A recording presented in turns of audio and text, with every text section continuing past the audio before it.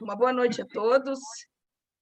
Vamos mais uma vez começar nossa reunião, com o querido Edson e o nosso querido Sérgio, sobre um tema bem importante hoje, que é falhas da função paterna e dependência química. E agradecer mais uma vez a presença do Edson, que vai nos prestigiar com esse encontro, que com certeza será muito proveitoso para nós. Para nós, antes da gente começar essa reunião, vamos fazer uma oração. Eu gostaria de pedir para a Elodie se ela pode fazer oração para nós hoje.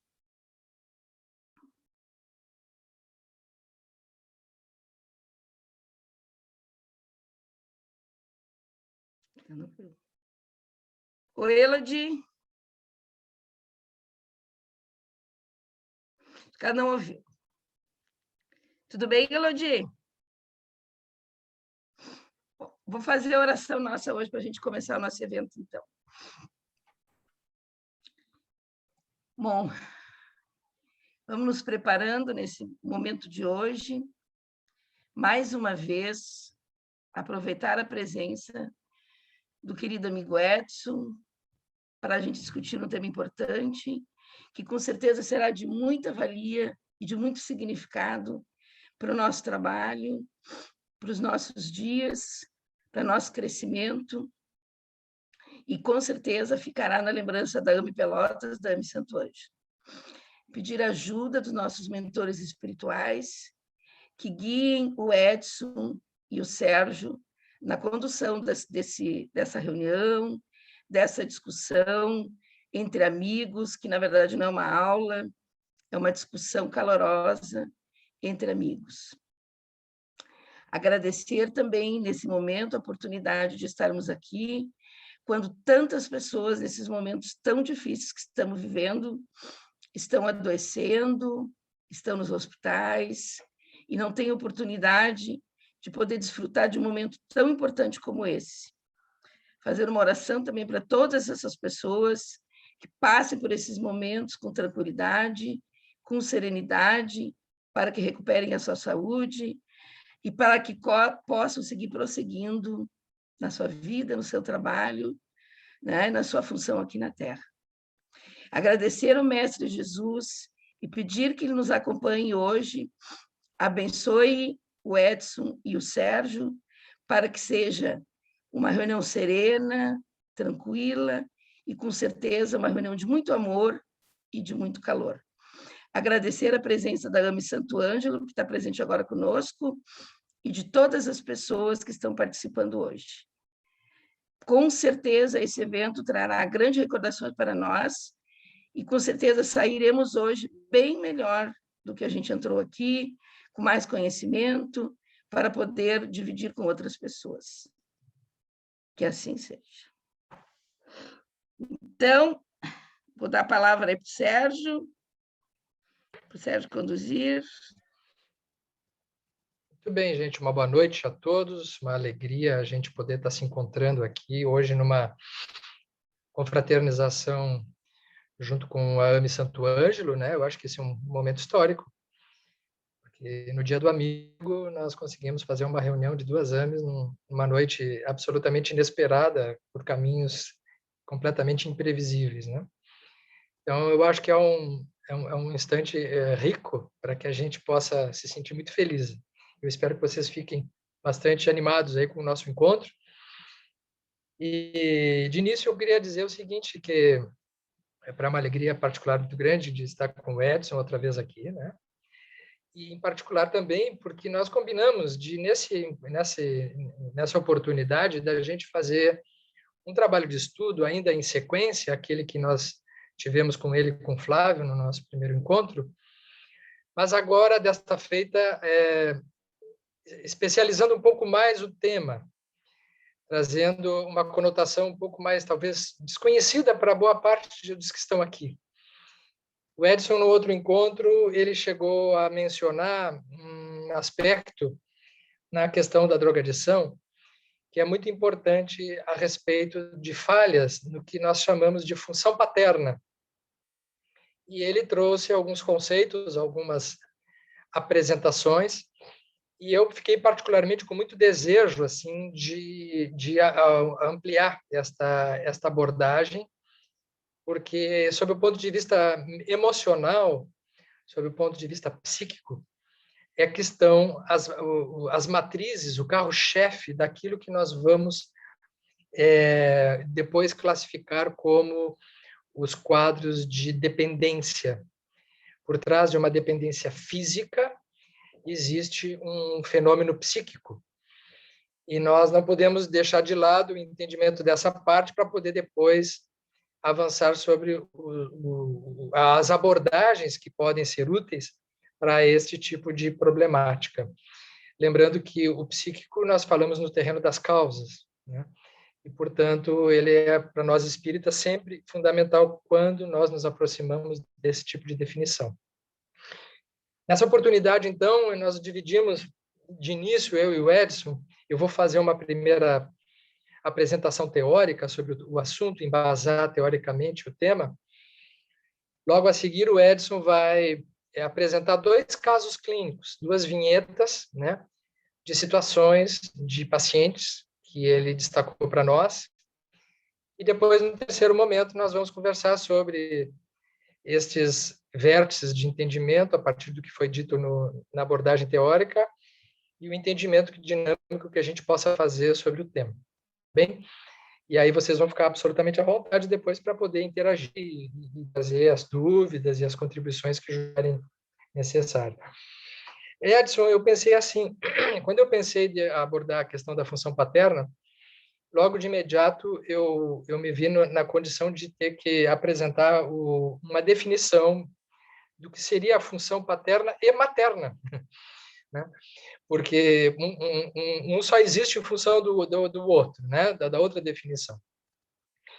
E acho que de início é muito importante a gente dizer que quando a gente fala sobre função paterna ou função materna, nós não estamos nos referindo à função de homem e função de mulher. Nós não estamos falando em papéis, porque esse tema ele pode suscitar a seguinte ideia, de que função paterna seria um papel do homem culturalmente definido historicamente como uma figura que tem uma atribuição fixa. Então, o que nós aprendemos normalmente no nosso pensamento concreto é que ao pai seria um determinado tipo de papel e à mãe um outro papel que é da mulher. Esse tipo de abordagem, de visão, constituiu a ideia de mundo até pelo menos Freud. Quando Freud chegou, ele começou a definir as coisas de um outro jeito, de que o nosso aparelho psíquico ele tem funções. E essas funções nem sempre coincidem com os papéis. Mais adiante, o Lacan, na teoria, na construção estruturalista dele, ele avançou esse assunto para uma ideia bem mais ampliada do que o Freud trouxe, nos dando a entender que uma função é muito mais ligada àquilo que a pessoa exerce mentalmente e emocionalmente na sua ação com o outro, independente de se ele é homem ou mulher. Isso nós vamos ver no nosso decorrer. A gente sabe como espíritas que na reencarnação, quando a gente reencarna, o espírito reencarnante ele vai se aderir à união de 2 gametas, um gameta masculino e um gameta feminino. Então, isto é biologicamente determinado. Nós somos a união de 2 gametas. E esses 2 gametas irão constituir um novo corpo. Mas esses 2 gametas que constituem um novo corpo, eles também vieram de 2 psiquismos. E esses 2 psiquismos, eles também vão emprestar neste novo corpo uma possibilidade, um potencial de um novo corpo psíquico. É assim, então, que 2 funções são esperadas para preencher essa necessidade simbólica do psiquismo que está reencarnando. O fato de reencarnar uma criança, isso não garante que ela terá um psiquismo formado simplesmente pela força genética. Ela vai depender da interação desses psiquismos que estão à volta dela para ela se tornar um bebê e depois uma criança e depois um adulto. Dito de uma maneira mais simples assim, um ser humano, ele só se forma se ele for cuidado por outro ser humano, né? Um ser humano não se forma sozinho, ele precisa de psiquismos humanos para se tornar humano. E dependendo de como são esses psiquismos, nas suas funções, ele terá uma possibilidade maior ou menor de constituir o mundo simbólico dele. Então, nós poderíamos dizer que toda criança, quando ela nasce órfã. Ela nasce órfã. Todos nós nascemos órfãos. Pode ter pai biológico, mãe biológica, mas pode ser órfão. Porque por trás destes corpos, homem e mulher, ou quem ocupe essas funções, é preciso ter um psiquismo, uma mente, uma emocionalidade que cumpra algumas funções. Então, é necessário que o bebê ele se torne filho de alguém, né? E que essa mente ela vai precisar ter algumas condições para realmente se desenvolver de uma forma mais satisfatória. É claro que, como espíritas, a gente sabe que os espíritos reencarnantes eles são mais ou menos evoluídos. E, portanto, estas interações também vão se dar à medida daquelas potencialidades inatas, que também nós falamos na outra reunião nossa, daquilo que já vem na bagagem espiritual. Mas nós sabemos que, enquanto espíritos encarnados num planeta de humanos, nós precisamos ter presenças humanas e, diríamos assim, quanto melhor constituídas essas funções mentais desses humanos que recebem um bebê, tanto maior a chance desse bebê, que em regra média não é tão evoluído assim, na média a maior parte da humanidade tem vamos dizer assim, é uma classe média baixa ainda, né? Do ponto de vista mental, moral e emocional. Bom, no momento então inicial da vida do bebê, existe uma primeira função que nós chamamos de função materna. E ela é a mais importante nesse primeiro momento. Por quê? Porque ela é a função psíquica relacionada com essa recepção dessa orfandade do bebê. E ele é absolutamente dependente. O bebê, quando nasce no mundo, ele é absolutamente dependente. Ele necessita de acolhimento, ele necessita de cuidados, ele necessita de continência, ele necessita de um continente afetivo, ele necessita de um peito materno ou de algo que se preste a esta mesma função, precisa ser acolhido para que ele possa existir nesse primeiro momento, sobretudo nesse momento da vida, quando ele ainda não sabe que existe o outro. Nesse momento, o bebê não sabe, a mãe não sabe que existe um pai. Ele não sabe nem o que ele sente quando ele sente fome. Ele é um pavor, é uma angústia. E aí aquela figura materna vai alimentar, né, com o seio e acalmar o bebê.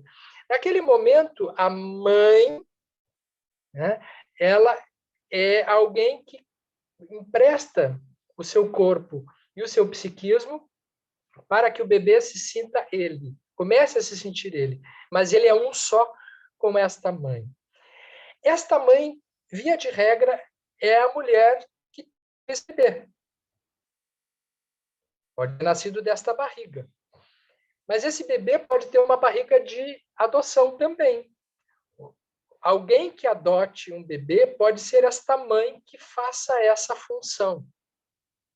E diríamos mais modernamente, dentro das novas configurações familiares, que há homens que têm esta capacidade de função materna de uma maneira admirável. Porque é uma função, não tem a ver com o sexo necessariamente. Ele é uma atribuição psíquica que vai fazer com que este ser que cuida de um outro ser, esse primeiro outro, precise ter necessariamente pelo menos até 1 ano e 8 meses, 2 anos de idade, o que nós chamamos, ou que o Winnicott chamaria, de uma capacidade materna primária e que seja uma mãe suficientemente boa. O que é essa mãe suficientemente boa? Ela é alguém que vai atender às necessidades de gratificação desse bebê. Então, este outro humano que cuida desse bebê nesse primeiro momento precisa ter esta função de maternagem. A função de maternagem é essa que oferece uma barreira do mundo para que o mundo ainda não se apresente ao bebê. O bebê acredita que ele é o dono do mundo e é necessário que seja assim. Isso Freud vai mostrar lá no primeiro momento que vai coincidir com a chamada fase oral. É que tudo é através da boca. Até 1 ano e 8 meses, em 2 anos de idade, o bebê é apenas boca. Tudo vai para a boca. Ele tem fixações de gratificação através da via oral. Depois de 2 anos de idade, ele vai ingressar na chamada etapa anal, que é do controle esfincteriano, que é quando começam a se modificar essas configurações e vão surgindo outras necessidades que vão além daquela que é apenas o da gratificação e do atendimento às próprias necessidades pessoais. Então, nós já estamos vendo aqui que, nesse momento, não tem a ver esse fato, essa definição com diferença anatômica, que uma mulher, mãe, pode ocupar uma função materna, né, na ideia de função, mas também um homem pode ocupar essa função materna, né? E logo a seguir a gente vai ver que esse lugar emocional, né, é que vai ser muito importante nessa primeira etapa. Só que logo a seguir é preciso haver um outro tipo de função, é uma outra funcionalidade, que é o que nós chamamos de função paterna. Qual é a finalidade da função paterna? Essa é a função que separa a mãe do bebê. Se por um primeiro momento se impede o mundo, se diz não para o mundo para proteger o bebê, nesse segundo momento é preciso ter um outro eu que diga para o bebê não e apresente o mundo para ele. Que tem que iniciar o não para o bebê. Para ele, em determinado momento, descobrir que existe uma outra realidade além da dele. E a isso nós chamamos de função paterna, que é exatamente a que vai fornecer as bases da simbolização, a capacidade de gerar aquilo que nós definimos como as relações triangulares. O bebê, quando nasce, ele é um só com a mãe. Logo em seguida, ele se dá conta que existe a mãe, aquela mãe que olha para ele, e aí surge uma função binária. E aí são apenas 2. E provavelmente nós vamos ver depois na nossa discussão que boa parte desses indivíduos que têm problemas sérios com drogadição, eles ficaram nesse modo de funcionamento psíquico. Eles não passaram para o terceiro modo de funcionamento psíquico, que é o modo triangular, onde existe o outro, onde existe aquele que vai cortar. Na definição de Freud, seria que vai castrar essa relação, que vai cortar psiquicamente o cordão. Porque o cordão umbilical se corta quando nasce. Mas o cordão mental binário, ele vai se cortar no desenvolvimento dessas ligações. Ou não. Ele pode não se cortar. Então, existem bebês ligados a mamães que estão bebês bebendo e mamando indefinidamente. E aí é o assunto que o Edson vai nos trazer aí depois, que essa relação de beber o outro, ela muitas vezes pode se transformar num beber alcoólico e num uso abusivo de alguma substância ou de relações, não é? Isso é muito interessante, que essas configurações mentais depois vão se derivar para vários caminhos, né? Então, quando o bebê, então, ele chega nessa fase, né? Ele, então, precisa de uma função paterna. Vejam só, normalmente, numa relação onde tem 2 seres humanos, ou um homem e uma mulher, um pai, uma mãe, ou quem faça essas funções, Esse terceiro, que chamamos de pai, é que faz essa função. Mas é interessante, porque existem relações que são assim, a mãe, ela cria o bebê sozinho, né? Mas tem mães que têm uma função materna e têm a função paterna bem definida. Tem mães que conseguem chegar nessa etapa da vida e conseguem desmamar o bebê, conseguem dizer não para ele. Quando uma mãe faz isso, ela está exercendo uma função paterna, está apresentando o limite, está apresentando a noção, a frustração, e oferecendo um outro continente, um outro lugar emocional que diz assim, olha, tu está perdendo a boca, mas tu vais ganhar uma outra coisa nesse lugar. Vai valer a pena renunciar a esse funcionamento mental mais primitivo, mais básico, mais infantil, para um outro mais maduro. Só que tem adultos que não conseguem fazer isso, provavelmente porque tiveram as suas funções meio misturadas, né? Não teve, por exemplo, a pessoa que não teve uma função paterna bem desenvolvida, seja homem, seja mulher, não consegue liberar o bebê para essa outra etapa. E aí continua mantendo ele dentro desse funcionamento, né? E na nossa cultura tem um mito muito grande do amor incondicional como sendo aquele que gratifica tudo. Então, existe primeiro a ideia assim, do amor incondicional. Uma ideia mitológica que nós temos é que a mãe tem um amor incondicional. Né? Isso é um mito. Né? Uma mãe não tem um amor incondicional. O fato da mulher ser mãe não garante amor incondicional para ela. Tanto que tem mulheres que abortam, tem mulheres que dão para adoção, tem mulheres que educam os filhos como irmãos, né? Que não, né? Então não acolhem como deve ser, né? Então o amor incondicional, pelo menos até hoje onde eu só vi, são dos cães com os donos, né? Os cachorrinhos parece que tem esta possibilidade assim, né, de amor incondicional, o amor garantido. O único amor garantido é dos animais. No ser humano não tem nada garantido. O ser humano precisa conquistar o outro, né? Ele precisa de um trabalho interno, precisa de um exercício. Não sendo assim, ele não vai conseguir crescer. E quando essa situação de uma função paterna não ingressar nesse desenvolvimento, é que então acontece o que nós chamamos de uma fixação numa etapa anterior. Então, o bebê já entrou naquela etapa esfincteriana, depois ele vai entrar naquela etapa fálica, mas não entrou uma função paterna, não entrou um não entrou uma interdição, não entrou aquele que é capaz de frustrar, de dar limite. Então, este bebê ele fixa aquela etapa e permanece naquela etapa. Aí nós temos bebês de 14, de 15, de 20, de 30, de 40 anos. Não sei se vocês conhecem alguém, aí a gente pode até tentar lembrar de alguém aí nas nossas relações. Às vezes até dentro de casa, né? Às vezes até dentro da gente. Porque essas situações, elas não são totalmente definidas. Nós estamos falando em tese a grosso modo, assim, né? Então, estamos falando, então, dessa função paterna, que é como se fosse assim, que ela vem aí com a ideia da presença de uma falta. A função paterna é aquela que presentifica a necessidade da falta.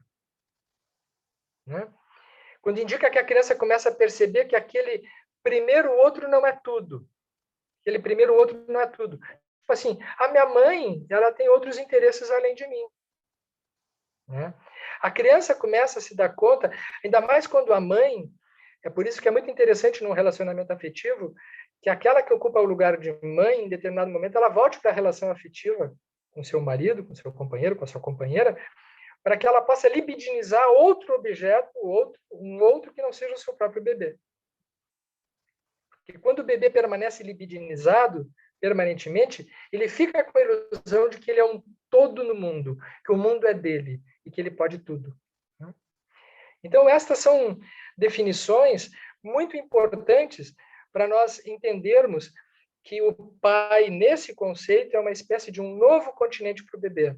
Essa figura paterna, essa figura que inaugura o novo outro, é exatamente esse novo lugar emocional para suportar as faltas, para suportar as frustrações, né? E para se dar conta que nesta interação de forças, nesses conceitos, o crescimento emocional ele pode se dar ou não, nesse interjogo de situações. São as bases emocionais e psíquicas para várias situações que logo depois, no desenvolvimento, poderão se formar, poderão se mostrar um pouco complicadas ou não. E eu imagino que agora, com o que o Edson vai trazer para nós, desses exemplos clínicos, talvez a gente possa encontrar algumas situações que a gente identifique esses conceitos na história desses casos, que vão representar, obviamente, muitas situações, né? Para nos dar uma espécie de um caminho para pensar, né, em torno dessa difícil questão que é a da dependência química. Era isso que eu tinha para apresentar nesse primeiro momento, Edson. E depois, talvez, o que ficou faltando, a gente possa ir ampliando aí no nosso diálogo. Tá bem. Obrigado, Sérgio. Foi muito rica a tua exposição e eu achei muito interessante tu ter trazido antes a função materna, porque elas realmente se complementam. E eu, pensando na tua fala, como é interessante, a gente vai juntando as coisas, o olhar ele fica diferente, porque época de formação na psiquiatria, a gente estuda função materna, função paterna, mas a gente estuda meio que sob um viés, nunca nessa coisa tão integrada de função materna e função paterna diretamente com a dependência química. Então, é como se eu tivesse estudado em momentos diferentes, e agora essa provocação que tu trouxe aí para a nossa reunião de hoje, ela proporcionou que tivesse uma integração das duas coisas. Tanto é que eu estava comentando aqui com a Denise, o Sérgio estava falando, e eu estava fazendo um insight de algo bem interessante que não tinha me percebido nessa união da função materna com a paterna. Mas eu vou tentar colocar aqui a apresentação. Qualquer coisa o Luiz me ajuda aqui, para vocês ir visualizando também os casos clínicos.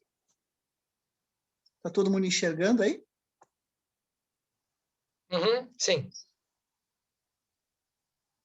Ok. Então, tá bem. Nós combinamos, né?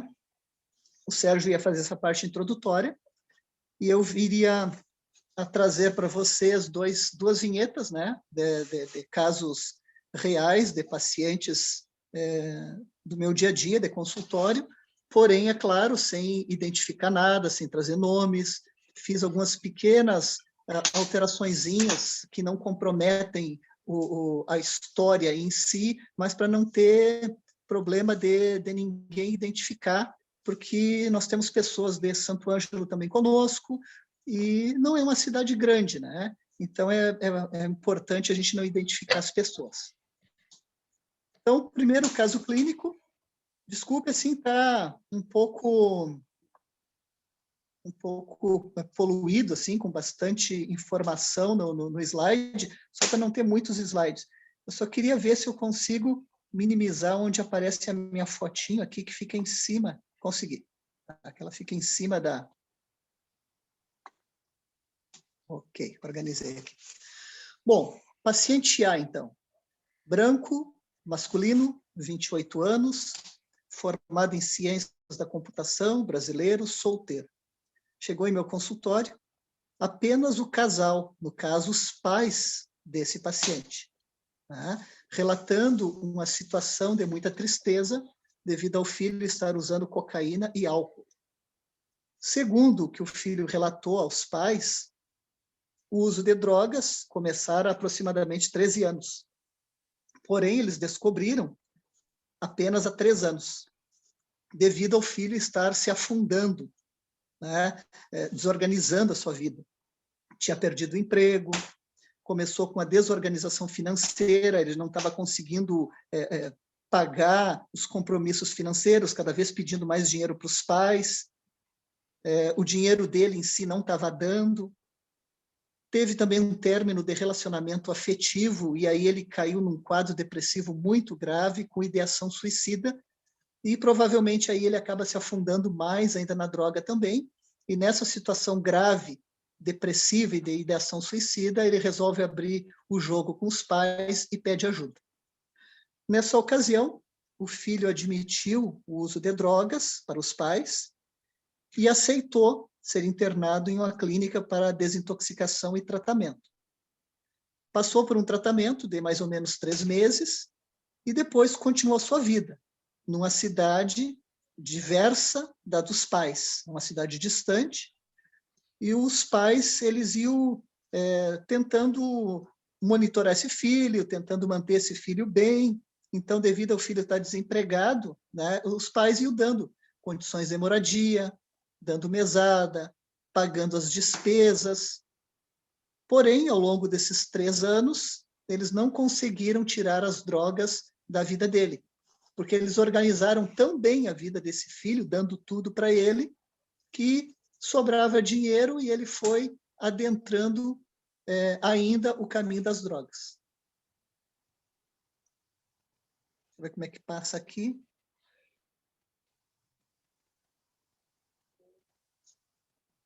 Não estou achando onde é que passa, Luiz. O próximo slide. Tenta a seta no teu teclado, Edson. Ou Cliquei aqui então, as setas, cliquei todas aqui, mas não está passando. abaixo à esquerda, se tu mexer na tela, normalmente aparece um... Aqui, Aí, apareceu. Isso. Ok. Bom, como história, então, familiar, para a gente entender um pouco a dinâmica dessa família.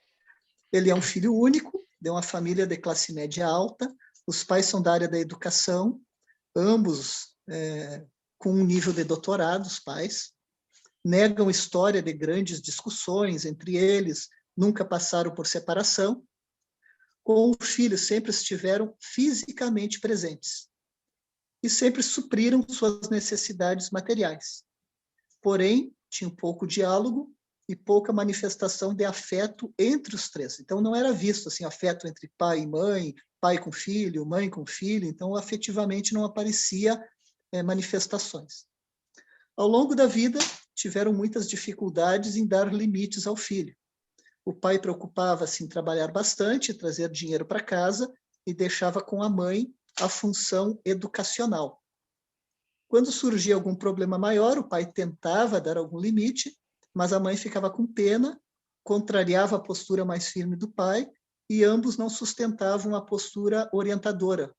Portanto, o limite não surgia, ou quando vinha, não era claro e nem efetivo o suficiente para o aprendizado e amadurecimento do filho. Bom, antes de passar para o paciente B, eu vou destacar primeiro algumas coisas, unindo com o que o Sérgio trouxe da função paterna, função materna, né? Então, assim, o que a gente vê? Uma história típica do dependente químico, que o dependente químico está ali usando drogas há anos. Então, 13 anos de droga-adição. E apenas 3 anos, no caso 10 anos depois, é que os pais foram descobrir quando o filho entra numa imensa desorganização. E num pedido de socorro, de ajuda, porque estava até com ideação suicida, esses pais acabam se dando conta que o filho está usando drogas. Então, olha o distanciamento, né? Olha a falta de tu entender, de tu conhecer esse filho e a dificuldade de limites que esse filho teve, que ele acabou adentrando as drogas, se afundando de tal maneira que só bem depois é que os pais conseguem, né, se dar conta do que está acontecendo e aí vão para tomar uma atitude. E o que foi essa atitude? Internar o filho. Aí eles internam, mas eles não participam do tratamento do filho. Eles simplesmente colocam numa clínica. Esse filho ele passa pela internação na clínica, aprende algumas coisas nessa clínica, provavelmente, com os profissionais, entender um pouco sobre dependência química, mas os pais simplesmente o depositaram na clínica. Nunca participaram do grupo de autoajuda, não foram para tratamento psiquiátrico, não foram para atendimento psicológico, não foram entender o que é a dependência química, não foram entender o que aconteceu, qual foi o motivo pelo qual um dia o filho entrou na dependência química. Então, eles não aprenderam nada. E aí, quando o filho sai da clínica, eles dão toda uma estrutura para ele. Ele saindo de lá, com 3 meses, nenhum ser humano modifica a sua forma de pensar, a sua forma de sentir, a sua forma de lidar com as suas alegrias, com as suas tristezas, com frustrações. Não sabe se autogerir, se autocuidar. Então, é quase certo que ele vai cair na dependência química de novo, porque ele continuou sem limites, recebendo todas as coisas materiais, distante desses pais, como sempre foi. Então, a vida não mudou. Então, por isso que continuou esse problema aí ao longo da vida. Edson, Depois... Oi, sim. a gente poderia, quem sabe, deixar o segundo paciente, para um outro momento, e a gente explorar bem esse primeiro caso e depois passar para o segundo. O que tu acha? Para a gente não misturar os dois e sugar, fazer um aproveitamento. Eu dou essa introdução e a gente estuda em cima desse, tu diz? Essa é uma ideia. Eu fiquei com algumas coisas, uma vontade de comentar algumas coisas sobre esse caso, inclusive ouvir os outros aí, o que ficaram pensando, o que trouxeram.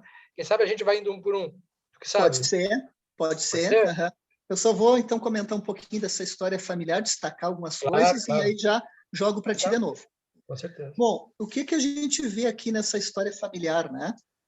A gente vê coisas que o Sérgio foi trazendo para nós, que existia pessoas, né, os pais que supriam materialmente, nunca deixaram faltar nada. Então, aquilo que a gente vê comumente na dependência química, que é uma satisfação extrema e até excessiva de coisas materiais em detrimento do relacionamento afetivo.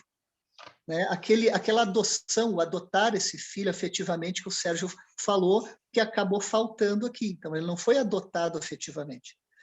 E, além disso, as dificuldades de colocar o limite que é a função paterna, justamente a função paterna, que é tu chegar e limitar, como o Sérgio estava falando também. Esse terceiro que chega, e o insight que eu tive enquanto o Sérgio falava é o seguinte: é super importante, inicialmente, a função materna, aquela função do acolhimento, aquela função da nutrição, a função de suprir afetivamente, de proteger, de botar naquela redoma. Mas o terceiro, o pai, ele teria que surgir para isso não ficar excessivo. Quando o Winnicott nos fala da mãe suficientemente boa, é para os dois lados. A mãe não pode faltar nos seus cuidados, na sua maternagem, na sua amamentação, mas ela também não pode ser excessiva. O excesso também traz um prejuízo. Aí o excesso acaba gerando uma dependência emocional dessa mãe, que é esse cordão umbilical que não é cortado. E aí, quando tu se torna emocionalmente dependente, isso é que vai gerar depois a dependência química. Porque se eu não consigo me desprender da mãe, e eu estou emocionalmente preso a ela, eu não consigo me individualizar como pessoa, eu não consigo lidar direito com as frustrações, o pai não chegou para dar esse corte, essa frustração importante, necessária. E aí, quando o filho vai passando por outras frustrações na vida, por exemplo, gosta de uma menina, mas a menina não gosta dele, se frustrou. Ele fica com raiva e vai direto à mãe, ao pai, porque sempre deram tudo. E aí ele não consegue tolerar que aquela pessoa o rejeitou. E muitas vezes a gente pega casos tanto de jovens que cortam os pulsos por causa disso, ou pensam ou tentam suicídio, ou adentram a dependência química por não saberem lidar com essas frustrações que deveriam ter acontecido com o pai. E aí tu vê o quê? Pais que saem da sua cama e fica a criança na mesma cama que a mãe. Deixa o quarto porque não consegue dormir direito, que a cama está apertada, e vai para o quarto do filho, e o filho é que fica na cama com a mãe. Então, esses cortes naturais que deveriam acontecer não acontecem. E o filho fica preso, achando que tudo é para ele, que a vida vai dar tudo para ele, e quando não dá, ele não sabe lidar com isso, e o refúgio perante as frustrações não auxiliadas pelo pai, pela mãe, a formar um ego suficiente para lidar com isso, ele vai anestesiando com as drogas. Acontece, né, nesse caso aí, desse pai que acabou sendo fragilizado pela mãe. a mãe ficava com pena, o pai não conseguia se impor, contrariava o pai e o limite acabava não vindo. Então, eu passo para ti agora, Sérgio, antes de passar para o segundo caso. Sim. Interessante, Edson. Eu fiquei pensando que tem algumas coisas muito ricas aqui nesse caso, porque tem na história que os pais são da área da educação, ambos com nível de doutorado. Sim. E o que mostra assim, que não é uma formação, não é a cultura que determina esse tipo de cuidado que a gente está falando, né? Porque muitas vezes pessoas sem formação nenhuma, pessoas de origem muito simples, têm este instinto maternal essas funções melhor definidas do que quem tem conhecimento, preparo, estudo.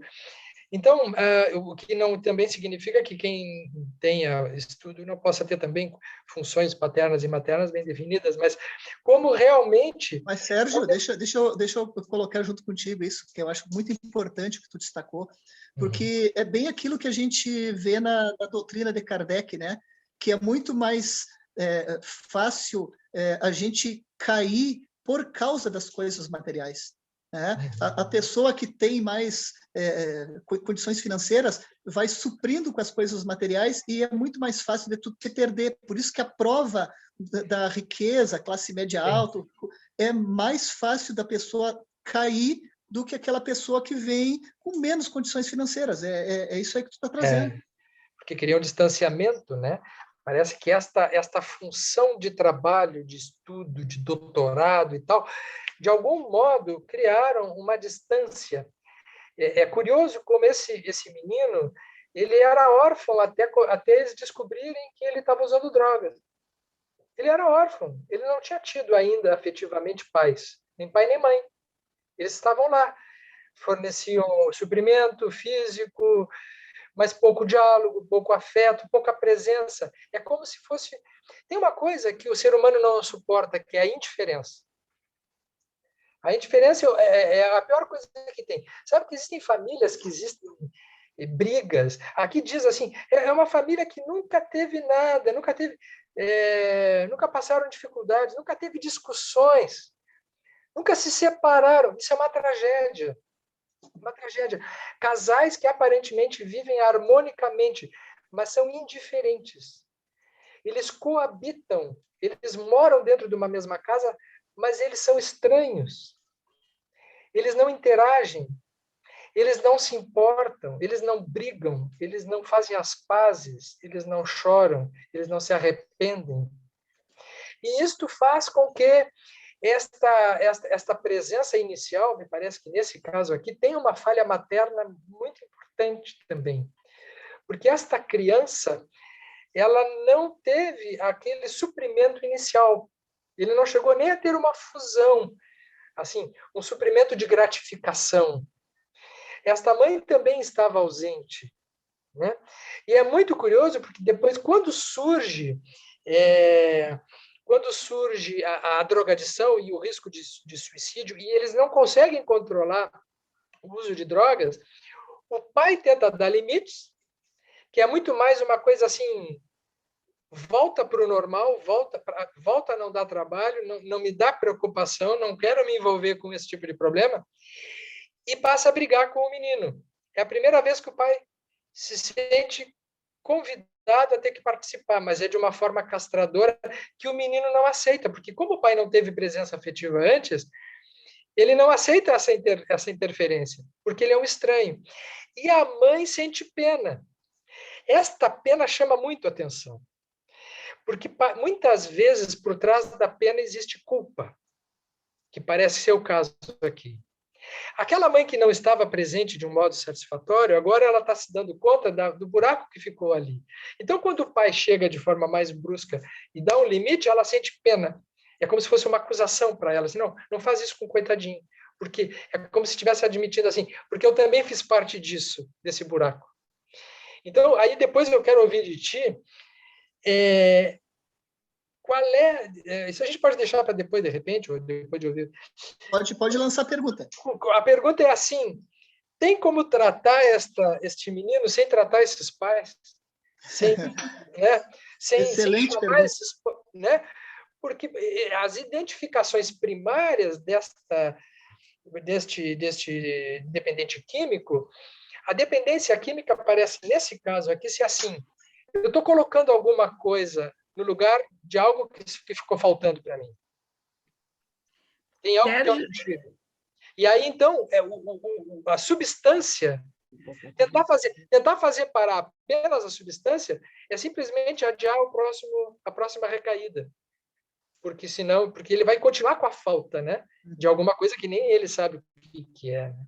Mas só para provocar um pouquinho, né? Ok. Sérgio, eu vou apresentar rapidamente o segundo caso, tá? Para aí a gente falar um pouco da questão, abrir para o pessoal, né? Tá bem. Eu não sei se alguém queria falar nesse momento. Não, eu queria dar uma ideia depois, Edson e Sérgio, para depois, quando a gente for fazer discussão, que a gente ficasse com o grupo interagindo ali, sem as lâminas. Depois, é uma ideia, se vocês concordam. Sim, não, claro, tirar as lâminas. Claro, para a gente poder enxergar as pessoas. Né? Exatamente, porque até para poder controlar as pessoas também que querem falar e a gente interagir, acho que é mais legal, né? Claro, depois. Com certeza. Então tá, obrigada. Pode ir colocando, inclusive, eu vi que o Luiz botou aqui já uma pergunta. Quem quiser, para a gente não perder também, já pode ir anotando no chat também aí essas dúvidas. A Janine está com a mãozinha levantada lá. Eu achei interessante também falar que nos casos que eu tive, não é, em consultório, eu tenho 21 anos de atendimento, a gente atendeu bastante casos assim, e a gente vê assim, quando chega com os pais, está num nível de atendimento que é diferente de quando chega sozinho.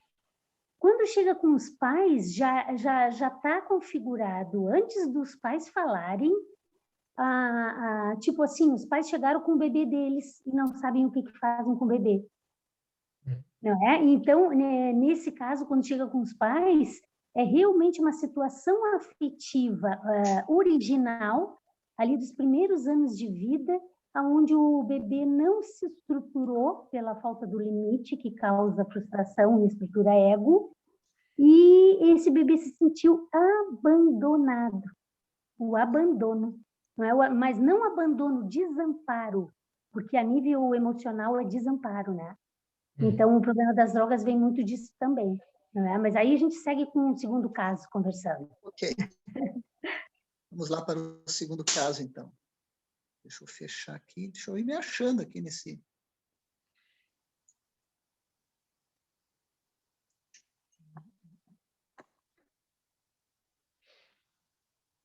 Vamos ver onde é que eu fecho isso. Aqui.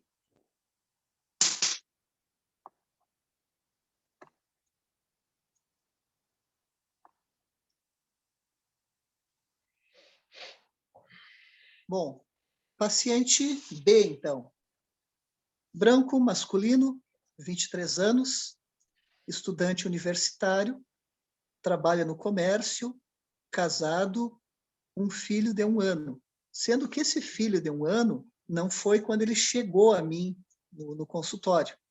Ele ainda não tinha esse filho, ele tem esse filho agora, tá? Um filho de 1 ano, uns 2 anos depois de eu começar o atendimento com ele. Então, há 2 anos, quando ele chegou no consultório, o paciente veio acompanhado da mãe. Essa mãe estava muito emocionada, chorando, conta que o filho vinha bebendo excessivamente e envolvendo-se em acidentes de carro, sendo que o último teria sido grave, pois ele tinha tido uma fratura em um dos pés. Relatou também que em finais de semana, com determinados amigos, que ela não aprovava, ele vinha usando cocaína. O filho, cabisbaixo, confirma a história da mãe e diz que não se sente bem, pois sabe que está fazendo mal, né, para a mãe, está fazendo a mãe sofrer. Então, uma das coisas assim que batia muito na consciência desse rapaz é que ele não queria fazer a mãe dele sofrer. Então, aí os dois vieram ao consultório nessa situação. A história familiar. Uma prole de 3 filhos, ele teria uma irmã de 25 anos e um irmão mais novo que ele, de 16 anos. Os pais separaram-se logo após o nascimento do irmão mais novo, devido a brigas e desentendimentos, pois o pai estava bebendo excessivamente e usando cocaína. Até os dias atuais, o pai mantém o uso de drogas. Ao longo do tempo, o contato com o filho foi raro, e embora esse pai tenha um trabalho fixo, muito pouco conseguiu ajudar financeiramente seus filhos. Então, essa é a história desse segundo caso. Então, o que a gente vê nesse caso? Né? Também uma outra espécie de ausência paterna. Então, às vezes a gente... Claro, né? Isso é bem claro, a falha paterna aqui fica bem definida, né? Uhum. Então, existem... Fica bem... Eu procurei trazer esses dois tipos de pais, né? Uhum. Um pai que nunca esteve longe da família, que ele era presente fisicamente, mas fraco, frágil na sua figura paterna, embora sempre presente, só dando a coisa material e não conseguindo dar o limite. E esse outro caso que é de um pai ausente mesmo, de um pai que se separou e nunca esteve presente nem fisicamente e nem emocionalmente. Então, esse é mais, como o Sérgio disse, é mais claro de ver essa ausência paterna e da função desse pai. E ainda, um exemplo de um pai que bebia, que usava droga, né? E como Freud também nos explica, né? Esse menino, identificado com essa postura desse pai, acaba repetindo a história dele. Freud chamava isso de compulsão à repetição. Tudo aquilo que foi traumático dentro de si, que tu não conseguiu respostas, não conseguiu entender, tu corre um risco muito grande de se tornar adulto e repetir a história vivida, né? Tentando entender esse pai, tentando entender essa mãe, essa dupla que se formou, entrando no papel de um deles. Ou tu te identifica com o agressor, ou tu te identifica com o agredido. O agressor, no caso, seria o dependente químico, né? Que ele é uma figura mais agressiva dentro do lar, agredindo com a bebida, e o agressor é o codependente, o familiar. Então, esse jovem, tanto ele poderia se identificar com a mãe e ter um perfil codependente, ou se identificar com o pai e ser um bebedor ou um usuário de droga. Então, ele se identificou com esse pai. Com quem que ele casou? Ele casou com uma moça codependente que tinha um pai alcoolista. Então, ele forma o par com essa moça, tem o filho com essa moça e também se separa, né? Embora depois a gente vai ver no andamento do caso que ele está bem, esse rapaz, né? Ele fez tratamento, né? Ele foi para uma comunidade terapêutica, porque só no meu consultório ele não estava conseguindo se manter em abstinência, então eu fiz esse encaminhamento, mas depois a gente fala na hora dos encaminhamentos e tratamentos. O que mais que eu destaco, então, dessa função paterna? Que embora eles tivessem algum contato, sempre que ele tinha esse contato com o pai, quase sempre era com o pai alcoolizado, com o pai usando droga, então foi essa figura paterna que ele teve. E a mãe, numa atitude compensatória, e com mais 3 crianças, ela tentava dar limites, tentava exercer a função paterna também, sozinha, mas ela não conseguiu. Ela não foi capaz de dar os limites para ele se rebelava, ele saía, ele ia infringindo normas, regras, bebendo excessivamente até cair nessa situação. Então, esse é o segundo caso. Sérgio, está contigo. Interessante, Edson, aqui, ó, que ele tenta encontrar o pai, a função paterna no pai, né? Porque a mãe não foi suficiente, assim, ele não enfim, nessa parelha, assim, nessa combinação, não deu certo o filho poder se identificar com um tipo de função paterna saudável com a mãe. E ele tentou encontrar essa função paterna no pai. Não tendo encontrado, ele se identifica com o hábito do pai, né? Então, ele imita o pai, ele repete o pai, né? Mas parece que tem um desejo de encontrar um pai que possa ser saudável dentro dele, mas ele não encontra. Então, realmente é uma história muito clara que essa aqui, assim, da falha da função paterna mesmo. eu imagino que esse tipo de menino, ele continua em tratamento contigo? Ele continua assim? Sim, continua. Ah, sim, interessante, né? Porque ele é um tipo de paciente que ele permanece, né? Ele recai, mas ele segue. Porque ele tem... Agora, sabe que eu não sei se tu quer que a gente entre um pouquinho já nas condutas que foi, ou a gente abre primeiro para o grupo? Vamos abrir primeiro, Pro depois grupo? fala das condutas, que aí a gente vai... Não, tá bem, certo. Que aí a gente vai... Deixa eu ver como é que eu saio dessa... Eu não queria fechar, porque tem algumas coisas que depois... Isso, tá, ótimo. Vamos ver, gente, com vocês. Bom, o Luiz tinha colocado uma pergunta aqui, né? Quer falar, Luiz? Qual é a tua dúvida aí? A dúvida de ortopedista, né? Não sou muito afeito à psicologia, você sabe. Mas conhece bastante, né? Conhece bastante. Tem muito caso de acidentes, de acidentados entre drogaditos, né? Ah, isso é verdade. E, tu não vem me perguntar do pé do segundo paciente, tá? Ah, pois é. O pé que A tinha classificação fraturado. da fratura, né? Eu fiquei pensando como é que isso funciona em pessoas dos estratos sociais mais baixos, né?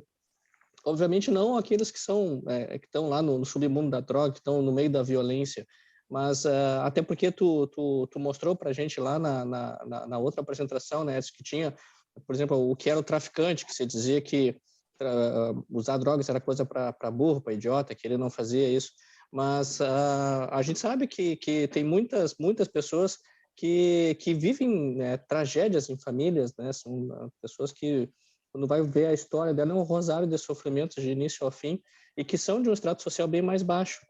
Esses mecanismos, eles...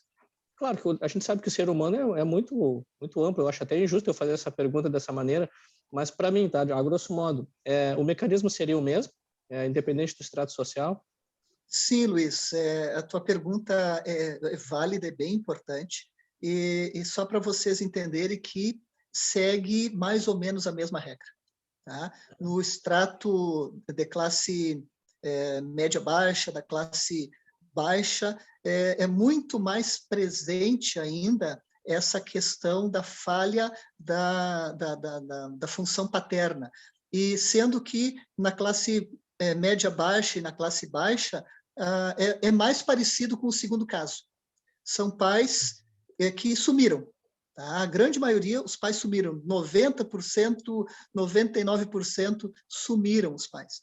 São mães com múltiplos filhos, e cada filho de um pai diferente, e muita história de drogadição desses pais, avós, tios. Então, é muito mais comum o segundo caso para a classe baixa de pais ausente fisicamente, pais que se separaram e não procuraram mais.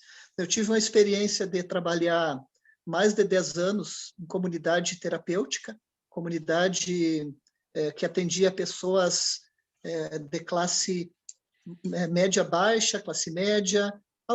Vi alguns casos de pessoas com mais condições financeiras, mas a grande maioria era de classe mais baixa, e a gente via esse perfil. E também tive a experiência de trabalhar 5 anos no sistema FASE, que é a antiga FEBEM. E ali, sim, ali a gente via 99% de pais ausentes, quase 100% de pais ausentes.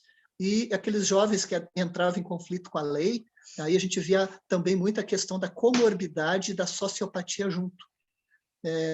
Jovens que tinham matado, que vinham roubando, uma série de coisas assim. E a gente via essa ausência de pai, né? Fisicamente a ausência de pai. Vera está com a mão levantada ali, Vera. Eu fiquei pensando naquele primeiro caso, né, que tu colocasse ali, né, Edson, que assim, o pai viu depois de 13 anos, a família se deu conta, né? 13 anos depois, eu fiquei pensando assim comigo, como é que morando junto, o único filho, como é que o pai e a mãe não tinham visto isso? É impossível, né? Então, me passou claro aquela coisa assim da indiferença, ou até da negação, porque uma situação de uso do uso abusivo de cocaína é impossível, até pelo comportamento. né? E fiquei me lembrando como isso realmente é comum. Eu tive uns casos bem parecidos lá no consultório, me lembrei até do caso de um pai e mãe que moravam separados, eles que eram muito presentes, pegavam o guri lá e pegavam os fins de semana, e também, pouco tempo depois, descobriu que estava se drogando. Então, eu fico imaginando assim, porque o segundo caso ficou bem clara a questão do abandono, né? E o usuário de droga, né? O pai também era o usuário de droga. Então, claro, o filho viu como exemplo. Mas eu fiquei imaginando assim a falta de amor que essa pessoa teve, que esse guri teve, porque, na verdade, imagina, 13 anos e ninguém viu. Eu fiquei imaginando assim, até queria ver a opinião de vocês. Como que essa pessoa não se deu conta? Não existe isso, né, gente? O comportamento modifica, né? Ele deixou bem claro isso quando fez na consulta. Então, e hoje isso, infelizmente, como é comum, né? Talvez se fosse mais fácil para o pai colocar para ele mesmo, que ele estava ajudando na questão material, e que então ele não ia se envolver na questão emocional, de envolvimento, né? E me chama a atenção que isso era muito comum antigamente, esse tipo de atuação patriarcal, de dar o dinheiro, né? Então, dias de hoje me chamou a atenção isso também, sabe, Edson? Porque hoje tem Sim, aquela com coisa de ser pais mais instruídos, amigo. né? E hoje a gente fica Né? pensando que tem este fato tão importante que hoje, talvez mais até do que em outros tempos, a, a questão da intimidade, a intimidade familiar, ou seja, a capacidade das pessoas serem íntimas, terem trocas afetivas ricas, genuínas, é uma coisa rara.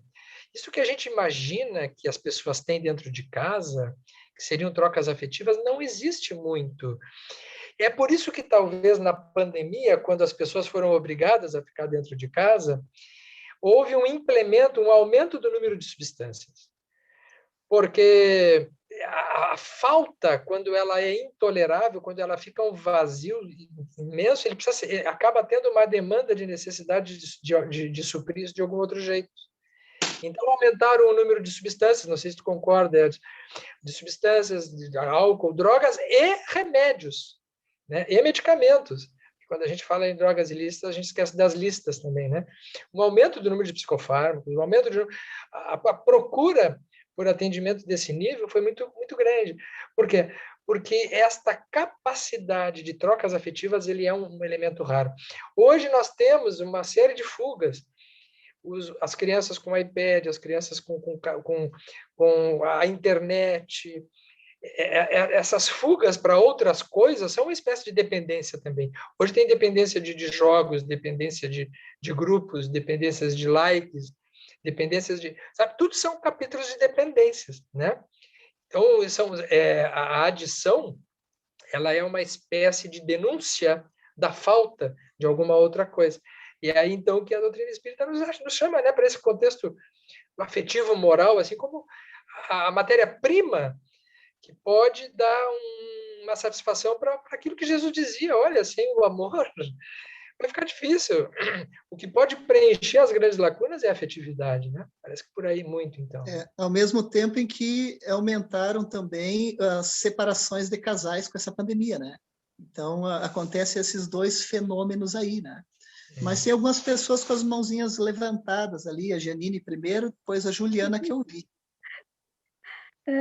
Eu fiquei pensando onde quebrou, né? Quebrou na estrutura dele caminhar por ele mesmo, não é? Porque muitos desses casos não existiu um espaço para um psiquismo. Quando o Sérgio falou ali de duas células formando uma terceira célula, não é? Não houve uma formação de um espaço psíquico mental para essa criança. Até os 13, ele ir com a mãe, quer dizer, ele nunca existiu para o pai, não é? Não houve um espaço e um psiquismo para essa criança. Ele foi abandonado, desamparado pelo pai e ficou com essa falha na função. Eu achei muito interessante o pé, né? Eu achei muito, muito importante. E o pai também com fixação na fase oral como ele, não é? Os dois na cocaína. Vamos deixar os amigos falar. Juliana. Boa noite, desculpa estar com a câmera desligada por muito tempo, porque eu estou de férias, estou em Gramado e não estou em casa. Só que exibida, Mas viu? não podia Maravilha, perder hein? essa noite aí. Isso aí foi para se cobrar de ti, Sérgio, que tu estava te exibindo com os doces. Tu estava te exibindo com os doces de Pelotas, viu? Devolveu a altura. Viu? A Denise disse que também estava em Gramado, ó, as duas ali, ó. Tá bom Tá aí, muito Ju? Tá frio. bom aí? Tá super bom, Tá mas bom? tá muito frio. Coisa boa, Tava aproveitem. 1 grau, 0 grau hoje de manhã aqui. Aproveita. Tava sol bom. Mas, assim, nós estamos, até meu marido tá aqui escutando também. E está muito boa a discussão. A gente estava comentando, assim, de alguns casos que a gente conhece, claro, que a gente vai lembrando, né? E como é comum isso de a pessoa não ser percebida dentro da sua casa, assim. É muito tempo usando droga, né? E ninguém percebe, a gente fica, como é que ninguém viu, como é que chegou a esse ponto, né? E que a Verinha estava dizendo também, né? Pô, 10 anos a gente ficou também comentando, Verinha, 10 anos aquele rapaz ali usando, né? E ninguém percebeu isso, ninguém conversou com ele, ninguém percebeu nada de comportamento ou para chegar e conversar e puxar, né, esse assunto da afetividade.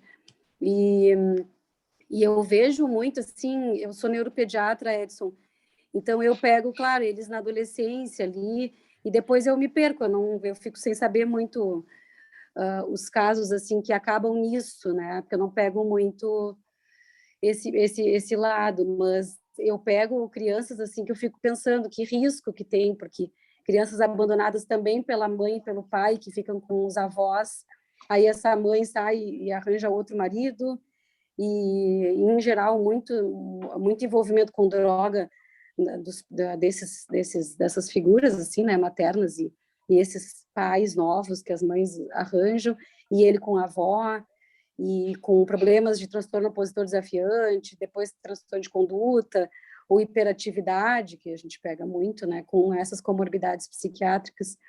Então, às vezes, é uma ausência total, né, das duas figuras, né. E também, por outro lado, assim, eu já peguei crianças adotadas, maiores, assim, né, então, que foram abandonadas, ficaram muito tempo em casas, em abrigos, né, crianças, e que depois se identificam, e eu queria te perguntar isso, assim, se essas crianças, por exemplo, adotadas com 7, 8 anos, né, que já passou por toda essa fase de ausência, às vezes, de viver toda a infância dentro de um abrigo, né, e depois, com esses pais adotivos, de se identificar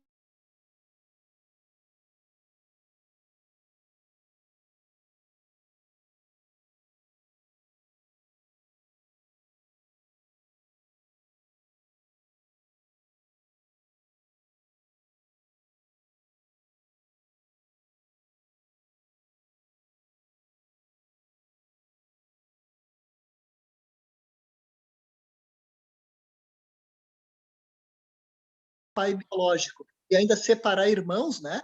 Então, mais antigamente acontecia. E os estudos mostravam que um gêmeo que foi criado por uma família bem diferente da outra, esses gêmeos eles tinham uma incidência maior de entrar nas drogas do que a população em geral. Então, mostrando essa questão genética realmente muito intensa. Aquilo que o espírito reencarnante já traz e aquele modelo genético inicial, né? Mas a gente também sabe que existem famílias que adotam, e até independente da idade, e que conseguem reverter esse quadro. Eu acredito que tenha muito dessa preparação espiritual, do espírito, né, que foi muito bem preparado no mundo espiritual, veio com uma força muito grande para vencer e se apega, né, no comportamento desses pais adotivos e consegue fazer uma história diferente. Mas o que eu vejo também de resultados melhores? O tratamento precoce dessas crianças adotadas. Aquela criança que cedo, precocemente, logo que é adotada, já tem acompanhamento psicológico. A criança já é tratada psicologicamente, os pais são preparados psicologicamente para entender que esse filho que vem já traz uma bagagem.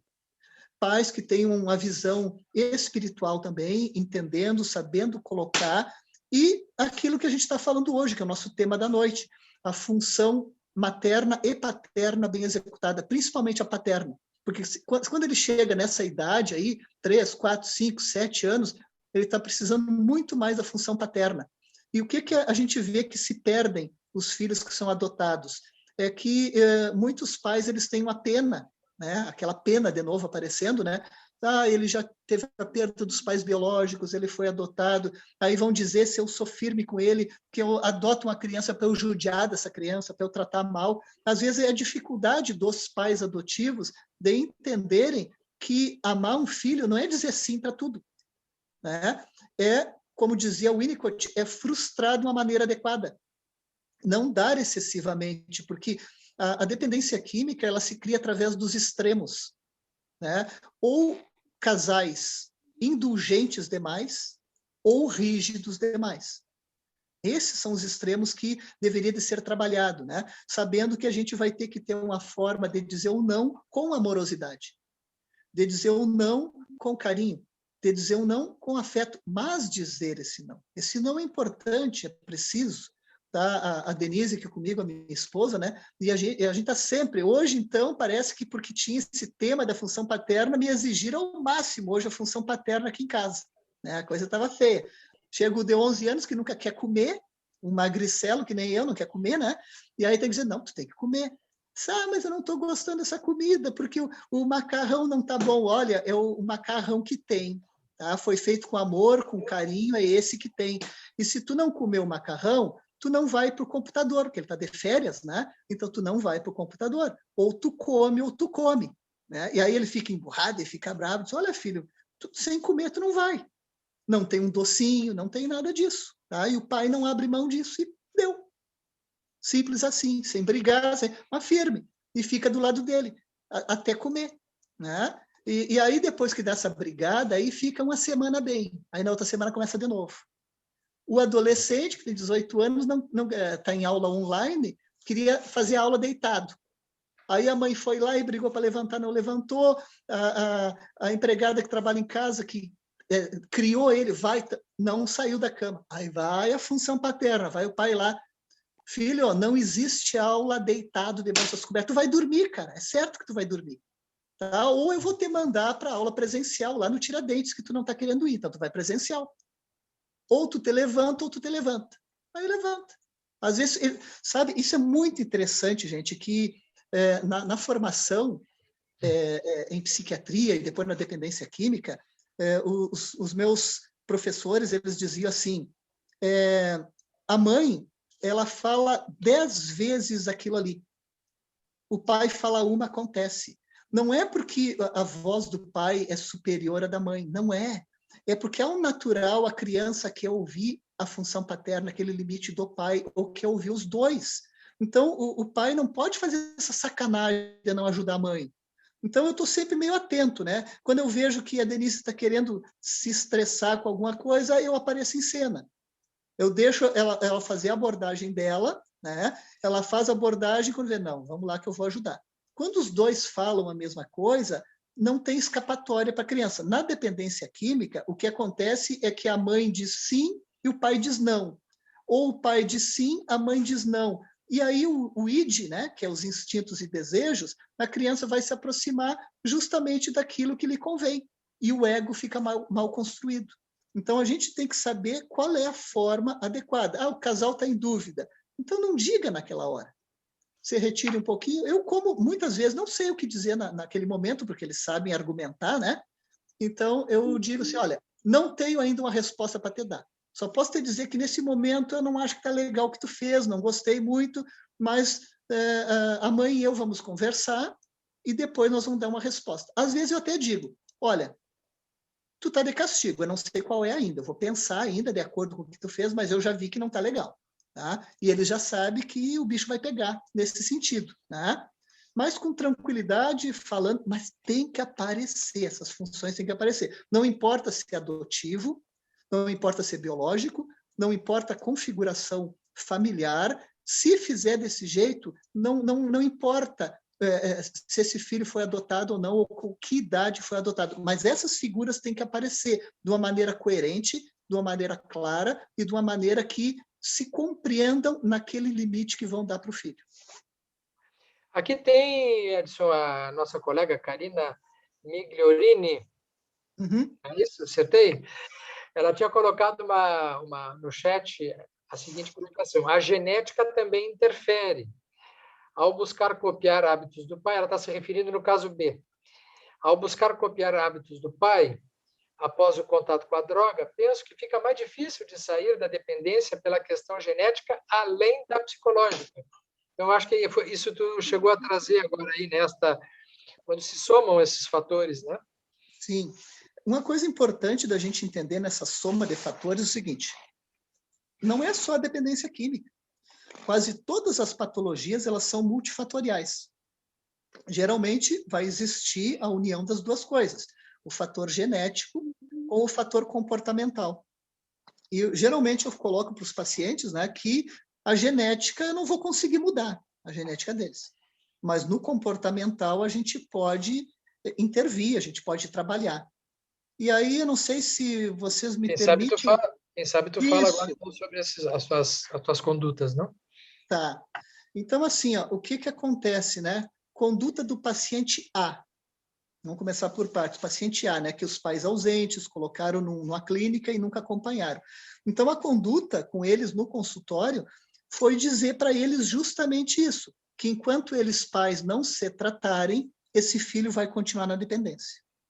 Que esses pais eles teriam que se envolver, que esses pais eles teriam que entender de dependência química, que esses pais teriam que entender esse filho, que esses pais teriam que se aproximar e adotar esse filho, marcar presença, afetivamente, dar os limites, fechar as torneiras. A gente usa muito na dependência química, né, que não pode ficar suprindo materialmente, porque não vai sair nunca da dependência química. Então, eles têm que literalmente parar de dar as coisas materiais e dar o afeto. Vai ter que trocar, fazer aquilo que não fizeram lá atrás. Eles vão ter que inverter isso aí. Então, esses pais, eles se aproximaram, então, tive que tratar medicamentosamente a mãe, que estava bem deprimida, tá? O pai não precisou medicamentoso, mas a mãe sim. Fortalecer essa mãe e fiz o encaminhamento desse casal para uma terapia de casal. Então, eles foram trabalhados para entender sobre dependência química e foram encaminhados também para o grupo Apoio Fraterno. Dentro do grupo Apoio Fraterno, eles começaram a entender sobre dependência química, eles começaram a ter um espelhamento de outras famílias que passaram pelo mesmo problema e que foram saindo das drogas, dando mais limites, porque existe uma grande... Aquilo que o Sérgio falou da culpa. Nós temos, inclusive, Sérgio, dentro dos nossos princípios do Apoio Fraterno, um dos princípios é culpa versus responsabilidade. Para a pessoa entender que se tu ficar jogando o jogo da culpa, um se prende no jogo da culpa e é manipulado pelo outro e vice-versa. Tanto o dependente químico usa para manipular a família com a culpa, quanto os codependentes usam a culpa para manter o filho dependente. E eles ficam naquele círculo vicioso da culpa. Então, a gente tem que quebrar isso aí e mostrar que aquilo que se errou no passado serve para a gente aprender e fazer de novo. Que nem Paulo no caminho de Damasco, né? Eu errei, mas não adianta eu ficar parado, travado na culpa. Senhor, o que queres que eu faça? E aí, no Apoio Fraterno, eles começam a ver outros pais se posicionando diferente, as coisas dando certo, mudanças de atitude. Não existe um pai querer que um filho saia das drogas e esse pai bebe, né? Faz um churrasco, faz um aniversário, seja lá o que for, com bebida, e diz simplesmente para o filho, tu não pode, os outros tudo pode. Esse filho vai ficar sendo mexido na sua memória química, na sua fissura, e ele vai recair. Então, tem que ter uma mudança. Por amor, esses pais têm que modificar hábitos, atitudes, comportamentos e ir aproximando desse filho. E com esse filho a coisa vem dando certo. Tá? Pela primeira vez, ele conseguiu ver os pais se tratando, conseguiu ver aquilo que a Janine disse, né, que são pais interessados por ele, conseguiu ver pela primeira vez esses pais olhando e enxergando ele, e aí ele foi convencido pelos pais, se aproximou dos pais, está conseguindo pela primeira vez se manter totalmente em abstinência, fazem poucos meses, não fazem muito tempo, né? Mas ele está conseguindo pela primeira vez em 13 anos se manter em abstinência porque os pais estão se tratando. Isso deu uma veracidade para ele, como quem diz assim, agora eu vou me tratar. Os meus pais estão se tratando, agora eu vou me tratar. Então, esse é o caso 1, tá? Que ele está sendo conduzido Edson, dessa maneira. Eu achei muito interessante essa tua colocação final agora, porque é muito importante esta postura do envolvimento dos pais quando reconhecem que quem está com o problema não é apenas o filho, que o filho ele é o porta-voz, né? Ele é o alto-falante de uma estrutura que está com problema. Então, muito bacana isso quando o pai e a mãe vão dizer assim, parem um pouquinho, eu não estou aqui para tratar o filho, meu filho, estou aqui para nós nos tratarmos todos. Sim. Esta postura, ela é determinante no desfecho do tratamento, porque este menino, ele não quer apenas se curar sozinho, ele necessita ser entendido como parte de uma engrenagem doente. Ele é o elo mais fraco de uma cadeia que estava doente como um todo. Então, eu diria assim, que esses pais estão tendo talvez uma primeira oportunidade de serem ouvidos nas carências deles também. Não como os culpados da drogadição do filho, da dependência química do filho, mas como, de certo modo, também os acometidos das dificuldades que nunca foram ouvidos. Porque esta falha de função paterna não é uma falha moral. Ela é provavelmente uma falha de alguém que também teve antes dele alguém que falhou com ele.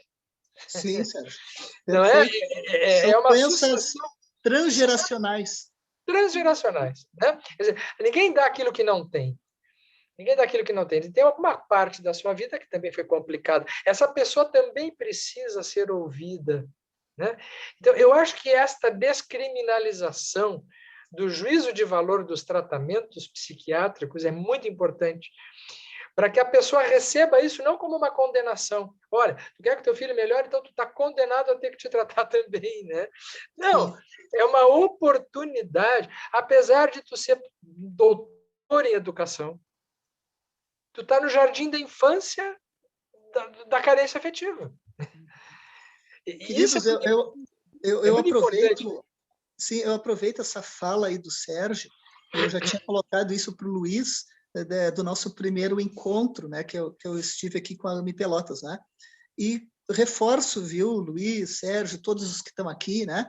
Reforço a vocês o convite para conhecer o trabalho do apoio fraterno, gente. Tá? Porque aí vocês vão ver na prática o que a gente está aqui teorizando. Porque o trabalho do apoio fraterno é justamente isso, é uma oportunidade de tu ressignificar situações, de tu reconstruires um novo comportamento. Aqui nós estamos, né, nessa noite aqui com vários voluntários do apoio fraterno que trabalham conosco, né? Que fazem parte da AME também, outros não fazem parte da AME, mas eu convidei porque fazem parte do apoio fraterno, e essa discussão seria muito importante para eles. Eles entendem muito bem o que acontece no grupo, que é esse espelhamento. O nosso modelo, né, aqui na Terra é o do Cristo, mas eu sempre coloco para os voluntários que nós somos modelos para esses pais que chegam sofridos, para esses pais que chegam sem saber como lidar. Então, eles vão ver na nossa postura de voluntário, a nossa postura mais organizada, de saber dizer um não, de saber dar um limite, de saber conversar, de saber viver uma vida sem álcool, uma vida sem drogas. A gente vai servindo de um novo modelo para essas famílias que, de uma forma transgeracional, não tiveram esse tipo de modelo. De pessoas espiritualizadas, de pessoas que falam com calma, que têm uma postura acolhedora, que não está ali para julgar ninguém, que está ali para facilitar um trabalho de autoconhecimento, e essas pessoas vão se enxergando, se posicionando de uma forma diferente e vão tendo posturas de mais diálogo, de mais afeto, de mudanças em sua vida através dessa oportunidade da terapia de grupo nesse sistema do apoio fraterno. Então, sintam-se todos convidados, as nossas reuniões são nas quintas-feiras, das 19 às 20h30, não precisa marcar previamente. Dá um toquezinho na gente, que a gente manda o link, vocês entram e assistem uma reunião inteira com a gente. Vocês vão ver, assim, como é bacana, sabe, gente, a gente vê pessoas se melhorando. A gente vê pessoas não sendo julgadas. A gente vê pessoas sofridas que ali estão sendo respeitadas e amadas e estão tendo uma oportunidade de se autoajudar e vencer. Venham conhecer, vale a pena. Aí, feito o convite do Edson, é uma oportunidade fantástica essa, né? Edson, duas questões aqui no chat, da Karina novamente, dizendo, existe a questão espiritual, de entidades espirituais muitas vezes presentes nessas situações e que precisam ser tratadas quando estamos falando de dependência química. E a Patrícia traz a questão da fé, ajuda efetivamente a preencher o vazio da alma, auxiliando como terapêutica? Com certeza, gente. Por isso que nessa caminhada aí do Grupo Apoio Fraterno, né, quando nós iniciamos, que já fazem quase 2 décadas, fez 18 anos de quando a gente começou a idealizar esse trabalho do Apoio Fraterno, eu sempre tinha essa coisa muito clara, essa intuição muito forte da gente trabalhar não de uma forma ecumênica, como trabalha Alcoólicos Anônimos, Narcóticos Anônimos, Amor Exigente, que eles têm sua espiritualidade, sim, mas não tão identificadas quanto o Apoio Fraterno. Nós fizemos questão de dizer, o nosso grupo não é ecumênico, o nosso grupo é espírita.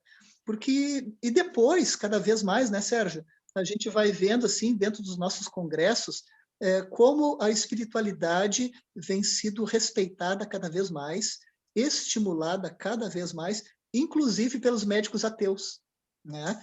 Porque eles veem os resultados da espiritualidade ajudando em várias patologias, e a que mais resultados positivos tem é justamente na dependência química, desde a prevenção quanto o tratamento. Na prevenção, para vocês terem uma ideia, o fator isolado que mais previne uma criança, um adolescente de entrar nas drogas é uma família bem estruturada. E, em segundo lugar, é a espiritualidade. Frequentar uma religião é o que mais previne. E das pessoas que já estão, né, muitas vezes com problemas da dependência química, a espiritualidade entra como um fator organizador, como um fator limitador. E eu vou trazer uma coisa muito interessante para vocês, que o Sérgio, né, nós já lemos sobre isso, que por que a religião evangélica recupera mais do que a católica e do que a espírita na questão da dependência química. Por quê? Porque o evangélico ele tem um perfil de função paterna mais forte, porque eles vão lá e dão limite, porque Deus vai te castigar. Então, essa questão do limite proibitivo que o dependente químico não teve, que faltou para ele. Então, ele ainda não está na fase do livre-arbítrio, né? E eu tive uma questão, Sérgio, que eu quero colocar para o grupo, colocar para ti, que me infernizou minha cabeça ao longo desses estudos, para a gente estar aqui hoje, né? Que me vinha muito na cabeça, assim, uma questão. Por que Deus é chamado de pai e não de mãe? Né? Então, isso ficou me incomodando a cabeça e pensando, mas por que isso veio na minha cabeça agora? Né? Estão falando de função paterna. E comecei a pensar, né, no pai, Deus Pai. Então, será que é só uma questão de cultura, de machismo? Não, Moisés apresentou o Deus único, Pai. Trouxe os 10 mandamentos. Depois vem Jesus se colocando como filho de Deus, Pai. O que vem na minha cabeça, eu vou largar para o grupo, né, é que o nosso planeta, por ser um planeta ainda muito atrasado, um planeta de provas e de expiações, um planeta onde nós chegamos com muito mais vícios do que virtudes, necessitando de muito mais limites do que a liberdade de expressão. Tanto é que as outras religiões ainda são muito prevalentes em relação à nossa doutrina espírita, é porque nós estamos num planeta que ele precisa de limite, ele precisa da função paterna, ele precisa da chamada lei do pai. Então, por isso que no planeta Terra, Deus é apresentado como pai. Pelo menos isso me veio intuitivamente na cabeça, mas eu largo para o grupo para ver o que vocês pensam dessa... É interessante, Edson, a função paterna, uma das finalidades é suportar a frustração. o espaço simbólico, a capacidade de pensar, da pessoa se tornar um eu que pensa, que pode subjetivar, que pode ter pensamentos próprios, ele nasce desta privação. E isso não vem com a gratificação, isso vem com a experiência que é da castração, né? Então, nesse primeiro momento evolutivo, que a gente tem que desenvolver o senso moral, o senso do pensamento, a razão e a disciplina espiritual, esta função paterna, do seu ponto de vista evolutivo, ele é fundamental. Senão não teria pensamento. Nós seríamos bebês mamantes o tempo todo. Então, quando Moisés vem e institui a lei, porque aí tem uma diferença. Moisés é um pai general. E Jesus diz assim, eu sou um pai, mas eu sou filho do pai, eu sou igual a vocês. Ele amacia isso, ele já traz assim, olha, dá para ser pai, mas o pai tem amor também, esse pai é amoroso, ele traz um amaciante nesse pai. Esse amaciante, no bom sentido, é a linguagem do amor. E a doutrina espírita, ela é assim, a síntese subjetiva desses conhecimentos, a reunião desse amor com esta função diretiva que é bastante ligada à função paterna que inicia em Moisés. Mas muito interessante a tua reflexão, porque talvez a gente vá, a partir daí, do seu ponto de vista evolutivo, caminhar para um terceiro momento, né? Que seja um momento de equilíbrio dessas funções, mas aí eu acho que... Eu estava pensando, Sérgio, nisso, né? Porque a minha cabeça, ela vai pensando, reunindo o que todo mundo vai falando e vai se montando algumas coisas na minha cabeça no momento, né?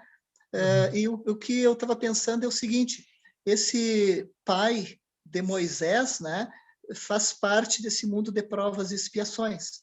Jesus apresenta esse outro pai com amaciante, porém um pai justo, né? Um pai que dá limites claros, porque Jesus sempre deu os limites claros também, mas de uma forma amorosa, que é o que nós... E que dá outra oportunidade, né? Sim, e que a gente vem vendo, mudando isso ao longo das gerações. Aqueles pais do passado que batiam, que era na base do castigo, das agressões, mudando para pais mais compreensivos, que dialogam mais, mas que igual tem que ser firmes, né? E a gente adentrando um mundo regenerador, a gente vai ter que migrar para esse pai amoroso. Então, é uma mudança que está acontecendo gradativamente no planeta, né? Eu estou vendo, Sérgio, umas mãozinhas levantadas. Tem lá a Elodie. Pati e depois da Elodie. A tia Elodie lá, isso, lembrar agora. Falem, meninas. Boa noite, pessoal. Primeiro. Isso, não, a minha dúvida... Boa noite. Não, a minha dúvida era em relação à fé mesmo, porque eu também a gente convivendo no estágio, no Hospital Espírita ali durante a faculdade, também pude ver que algumas pessoas são aditas à fé, né? Então, algumas aditas à droga, outras aditas à fé. Então, esse limiar é muito tênue também, né? Então, a minha questão era isso, assim, tipo, se a fé ajuda e se não, até que ponto não piora para uma outra adição, né? Sim, aí tu está falando do adito, do chato religioso, né? Que tem pacientes internados que tem aquela, né? Sim. Que estão internados por religião mesmo, por aquela fixação, né? Sim, Paty, isso é uma coisa que vem sendo estudada também, bastante pesquisada, que é chamado de coping, o coping religioso. E existe uma divisão, a separação entre o coping religioso negativo e o coping religioso positivo. Dentro do coping negativo seria justamente aquela pessoa que se fanatiza ou que usa a religião simplificando, né? Generalizando um pouco da seguinte maneira, que vai ser um milagre e que tudo vai acontecer na minha vida e que eu não preciso fazer esforço nenhum, eu não preciso fazer mudança nenhuma. Eu largo tudo nas mãos de Deus, mas eu não faço a minha parte. Então, isso seria a religião usada de uma forma negativa. E o coping positivo é justamente aquela pessoa que vai entender a religião como uma oportunidade de reestruturação, de fé, de fortalecimento, de organização, de confiança, mas tomando as suas posturas de conduta. Então, trazendo para a nossa religião, né, que é o mais importante, nós somos espíritas, né, seria aqueles espíritas que não ficam só na teoria, né, aqueles espíritas que vão, que estudam, que assistem palestras, que leem a obra de Kardec, mas que verdadeiramente se prontificam a botar em prática, que é aquilo que traz a nossa doutrina. Quem é o verdadeiro cristão no atual momento? É aquele que se esforça em fazer o bem, aquele que se esforça em mudar. Então, esse seria um coping religioso positivo. Então, aí dessa maneira, a fé ajuda. Da outra maneira, era o que o Freud falava, né? Aí seria o ópio do povo, né? O Freud olhou só por um lado, né? Ele ainda não conhecia os conceitos de coping religioso positivo. Sim, obrigada. Elodie? Só para colocar que eu achei muito interessante essa questão. Meu áudio está meio ruim, estão ouvindo? Não, estamos ouvindo bem. Sim, está bem. Achei muito interessante e queria lhe agradecer essa questão de colocar de Deus Pai, porque sempre quando a gente ouvia, quando criança principalmente, alguma questão referente a Deus Pai, sempre assim, Deus castiga. Nossa Senhora, nunca ninguém disse Nossa Senhora castiga, os anjos castigam, os santos castigam. E sempre que se queria pedir alguma coisa era para Nossa Senhora ou para os anjos, porque para Deus tinha que ter cuidado com o que se pede, porque Deus é muito ocupado e só atende aquilo que efetivamente a gente precisa. Deixa eu pontuar uma coisinha, Ludi, deixa eu pontuar uma coisinha da tua fala, que eu não posso perder isso aí, não posso perder isso. Que é algo que eu venho pensando há muito tempo, né? Que é aquilo que a gente humaniza Deus. A gente vê Deus de acordo com as nossas experiências. Então, quando eu ouvi a tua fala, a gente vê aqueles pais do passado, aqueles pais que estavam sempre ocupados, que estavam sempre trabalhando, que realmente a chinela pegava, né? Que fisicamente trazia os castigos. Então, pai castiga, Deus castiga. Então, era muito ainda aquela coisa que vem lá de Moisés e que ainda permaneceu muito na nossa cultura, porque os pais realmente eles vinham para executar, né? Então, a mãe tentava, quando o pai só aparecia na hora de surrar. Era o que acontecia. Então, por isso essa visão do pai, Deus Pai, de uma maneira humanizada, de acordo com as experiências que a gente, humano, pequenino, não teria capacidade de entender que Deus não é isso. Era a imagem de um pai. Então, pai, qual é o meu pai? Meu pai é assim, punitivo. Então, como é que é Deus que é pai? Também punitivo. Exatamente, muito interessante. Para Freud, a cultura só nasce com a ideia do pai, né? Porque enquanto não nasce o pai para frustrar, para castrar, para a pessoa conter os seus impulsos, para conter os seus desejos, daí nasce a cultura. Sim. Porque se eu sou um ser instintual, eu sou libidinal, eu só me gratifico. Eu entro no instinto e eu fico nele. Como é que eu normatizo a sociedade? Através da figura da interdição do pai, né? Então, o pai tem essa função, que é de limitar os impulsos e criar a cultura, né? É uma coisa que é quase um sinônimo, isso que o Sérgio está trazendo, de função paterna com a lei do pai. A gente não chegou a tocar diretamente na lei do pai, mas o que seria a lei do pai? A lei do pai vem através de uma função paterna bem executada. Então, onde a criança entendeu a função paterna, ela vai respeitar a lei do pai. Quando ela respeita a lei do pai, ela vai respeitar as leis do professor, vai respeitar as leis do guarda, do juiz, as leis sociais, o limite do próximo. Então, ele vai respeitar o outro, porque ele entendeu verdadeiramente a lei do pai. Ele não entrou em conflito com a lei do pai rígida, que, de uma forma agressiva, ele vai tentando se rebelar e adentrando as drogas, brigando contra essa lei do pai excessiva que ele não aceitou. E nem uma lei do pai frágil que não apareceu, onde faltou para ele o autocuidado, ele não soube se cuidar e adentrou de uma forma narcísica a querer só aquilo que lhe convém, aquilo que é bom, aquilo que é para si, que lhe dá prazer, e sem enxergar o outro. né? Como o Sérgio está colocando. A partir do pai, tu vai entender a lei do pai. Aí tu vai respeitar o que é teu, o que é do outro. O teu limite e o outro. Tu te individualiza, porque tu sai daquela relação simbiótica grudada com a mãe, tu sabe quem tu é como ser humano, o pai apareceu e a mãe libertou esse filho para ser alguém, para crescer, para se respeitar, para se amar, e aí verdadeiramente conseguir amar o outro, e amar a sociedade e respeitar.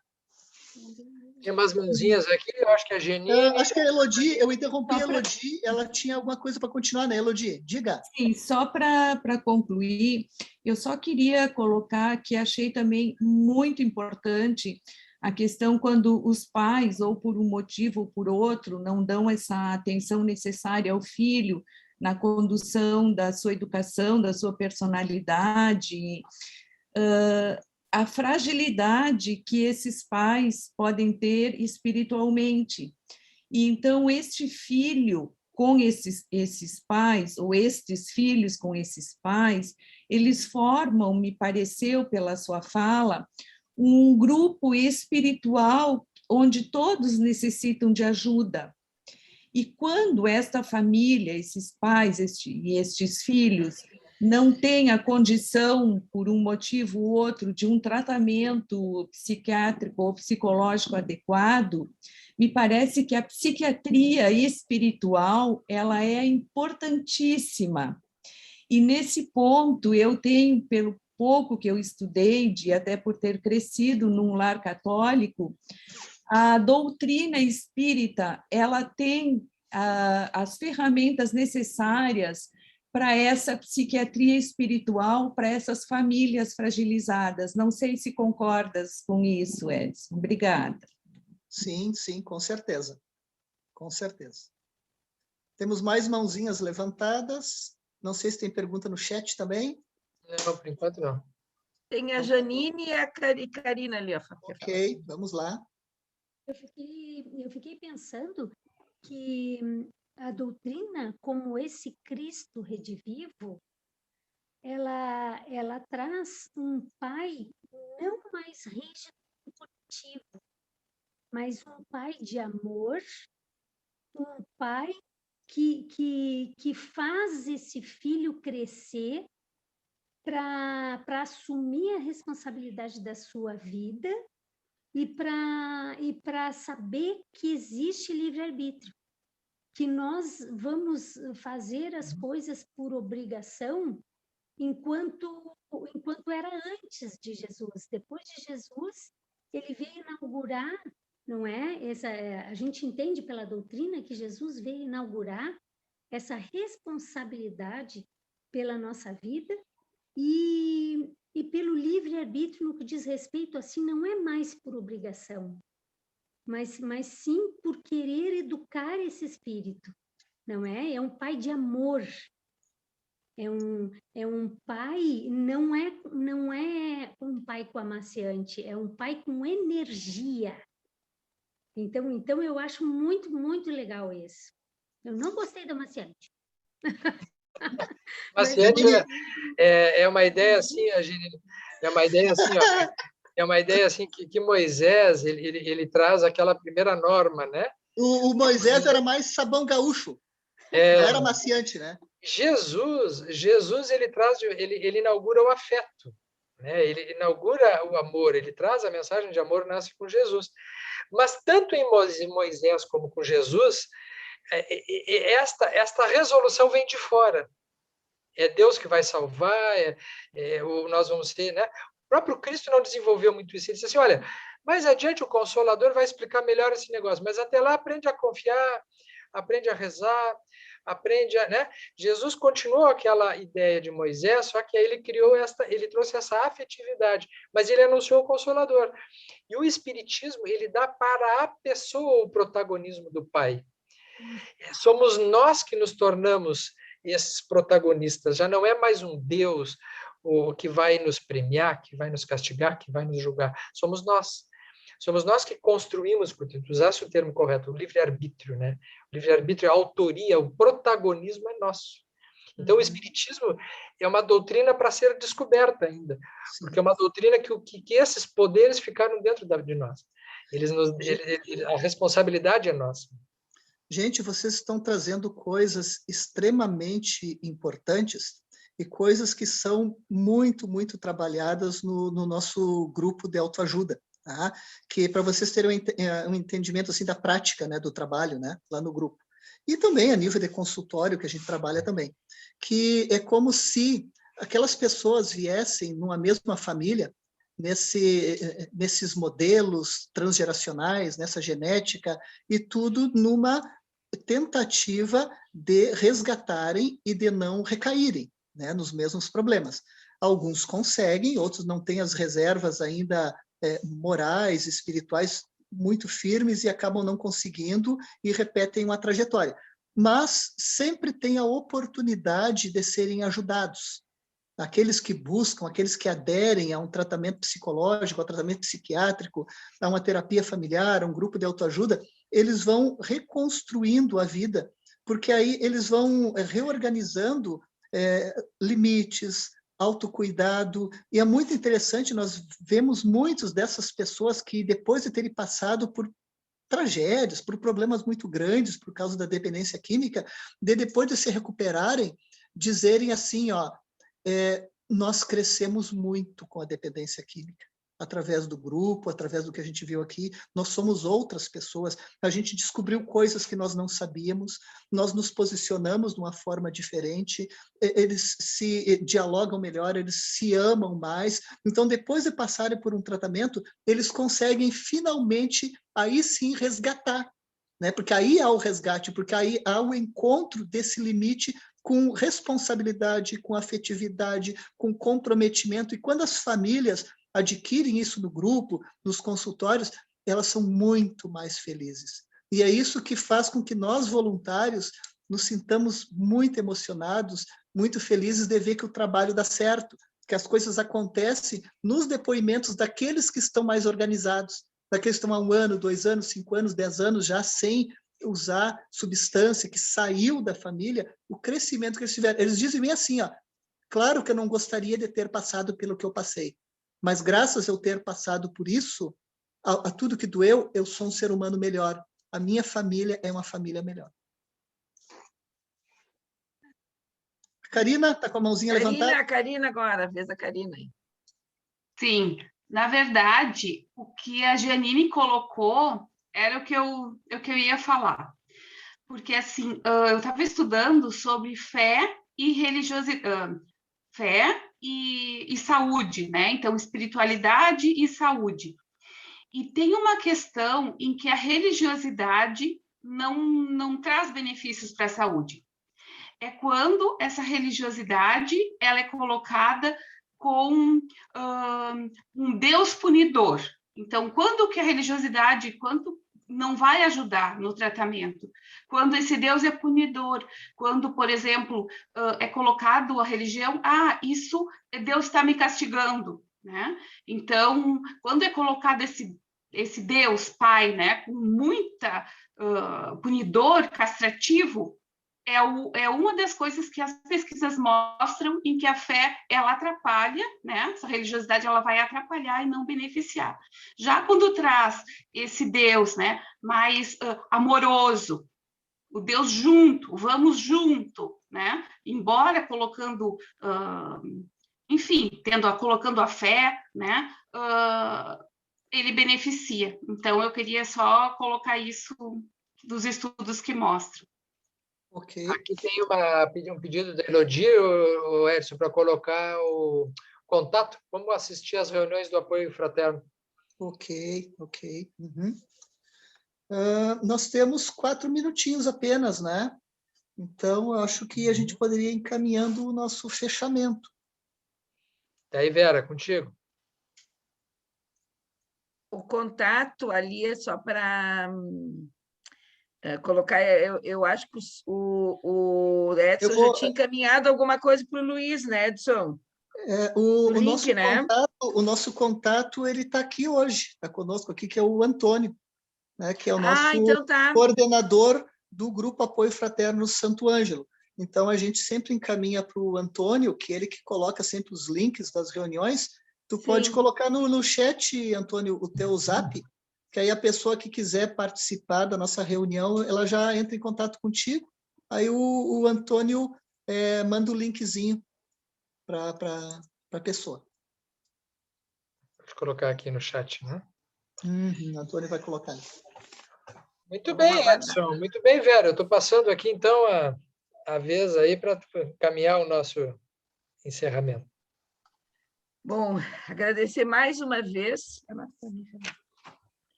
Agradecer mais uma vez a. Aqui, Fernando. Agradecer mais uma vez a presença do Dr. Edson na nossa reunião de hoje. A discussão realmente foi bem proveitosa. Acho que nós ia ficar até meia-noite hoje, hein, Edson e Sérgio? Porque tinha bastante mãozinha levantando. Como eu já tinha perguntado, eu desisti e passei a mão bola para outra, porque tinha bastante pessoas que queriam discutir. Muito interessante. E para encerrar a nossa noite de hoje, eu vou pedir para o Sérgio, se ele puder encerrar a nossa noite de hoje com uma oração, Sérgio. Pois não. Sérgio, deixa eu agradecer, Sérgio, a vocês, viu? Claro, Edson, claro. Obrigado, tá? Obrigado pelo carinho da AME Pelotas para conosco, para com toda a nossa AME Santo Ângelo, por ter nos acolhido, né, nessa reunião tão fraternal, né, nesse encontro único para cada um de nós, né, porque todos os encontros são únicos, né, são trocas de experiências, onde as pessoas que estão aqui, cada um traz seus saberes, traz suas vivências, se entrelaçam. O Sérgio falou muito bem, né, justamente no Dia do Amigo, tá? Eu confesso, estou um pouco emocionado com isso, porque é muito significativo, porque para mim, Sérgio, é um entrelaçamento das nossas AMEs, tá? É um início de uma amizade muito profunda entre as nossas AMEs, que esse encontro seja o primeiro de muitos, tá? Com certeza a nossa AME vai se organizar, porque nós também temos estudos nas terças, ver um outro tema mais adiante, com calma, ver uma hora que tiver espaço de agenda, tá, Sérgio? Vamos te convidar para a gente fazer um outro tema e escolher um outro momento, aí a AME Santo Ângelo podendo receber vocês dessa forma tão carinhosa como fomos recebidos. Então, um beijo no coração de todos, tá? Que Deus ilumine a AME Pelotas, a AME Santo Ângelo, e que nós possamos estar mais vezes aí nessa união de almas, nesse reencontro de AMEs e de irmãos. Muito obrigado, queridos. Edson, fazer minhas as tuas palavras, como eu já tinha falado no início, que como foi, e bem lembrado realmente pelo Sérgio, o Dia do Amigo foi o primeiro evento, a primeira reunião que a gente teve com outro grupo, né? E eu acho tão importante, né? Nós também. Estás bem envolvido também lá com a AME Brasil também. Que coisa boa a gente ter começado isso e a gente ter se aproximado, né? Então, foi uma reunião realmente de muito amor e que seja a primeira de muitas, viu? E sinto-se bem à vontade todos que quiserem também participar do grupo. Nós sempre temos a reunião na terça-feira, né? Que a gente não fez o convite, mas está feito o convite, né? Quem quiser participar, está aberto para todo mundo, né? E vamos repetir em outras ocasiões, com certeza, viu, Edson? Muito obrigada de coração a todos vocês, a presença de todos, e a presença tua, principalmente, né, Edson? Que brilhou bastante aqui, do Sérgio. Bom, eu considero que a prece está feita, né? Eu acho que o Edson trouxe para nós aí, né, o tom afetivo e o insight de se dar conta, assim, que a gente fez uma confraternização no novo modelo que nós estamos vivendo, que é a possibilidade de estar junto. Isso nos fala muito da espiritualidade presente junto conosco. Certamente, esses amigos espirituais que estão conosco aqui que são os verdadeiros inspiradores destas iniciativas que nós hoje apenas colocamos em ação. Que eles possam nos amparar, então. Então, vida longa, como diria a doutora Marlene, né? A AME Santo Ângelo e a AME Pelotas. E que a gente possa se encontrar muitas vezes aí sob o amparo do nosso mestre. Tá? Que assim seja. Que assim seja. Assim seja. Muito obrigada.